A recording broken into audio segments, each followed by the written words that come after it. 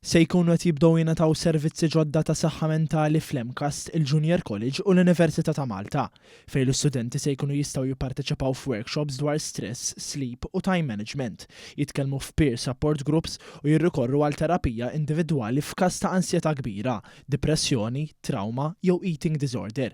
Dan tħabbar mill-Prim Ministru mexxej Laburista Roberta Bela waqt it-tnedija tal-kampanja elettorali ta' żgħażagħ Laburisti għall-elezzjoni ġenerali ta' 30 ta' Mejju li ġej, bit-tema Good Politics for Our Future.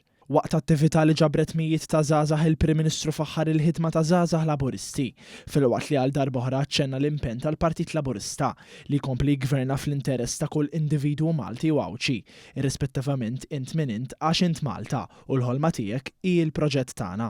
U jekk ningħataw il-fiduċja fit-30 ta' Mejju, ser inkunu qegħdin nagħmlu investiment qawwi f'sensiela firxa ta' servizzi ġodda relatati mas-saħħa mentali kemm fil-Junior College, kemm fl-Università ta' Malta, kif ukoll fl-MCAST. Dr. Bela ta' elenku ta' diversi proposti li diġà tħabbru mill-Partit Laburista fl-aħħar jiem, fosthom iż-żieda fl-istipendji, l-iskemi My First Home u Our Second Home. Apparti minn hekk il-Prim Ministru ħabbar ukoll li se jkun qed jiżdied il-finanzjament iddedikat għal Culture Pass sabiex aktar studenti minn aktar skejjel primarji, sekondarji u post-sekondarji ikollhom aċċess għall-arti. Se nsaħħuh bis-saħħa x'nemmen ħafna fil-valur tal-kultura, imma dak li se nkun qed nagħmlu mbagħad għal dak li studenti li jkunu għaddew mill-fażi post-sekondarja, jiġifieri għal żgħażagħ bejn l-età ta' 18 u 21 sena se nintroduċu Arts Pass li fih se ninvestu 200 euro kull sena biex aktar żgħażagħ ikollhom l-opportunità illi jkunu jistgħu jattendu għal events relatati mal-arti u mal-kultura.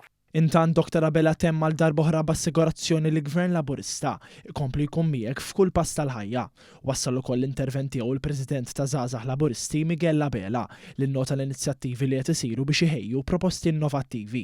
Il-President ta' żgħażagħ Laburisti fakkar fil-liġi għaqlija ta' Gvern Laburista li tagħti s-saħħa liż-żgħażagħ ta' 16 u 17-il sena sabiex jipparteċipaw b'mod attiv fid-demokrazija permezz tal-vot.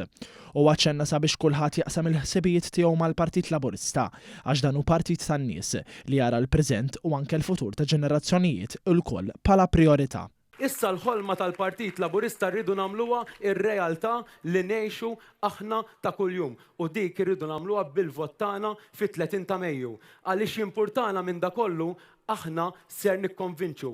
Ħanoħorġu nivvutaw ħanġibu iktar nismana fit-30 ta' Mejju li ġej ser nażlu Good Politics for Our Future.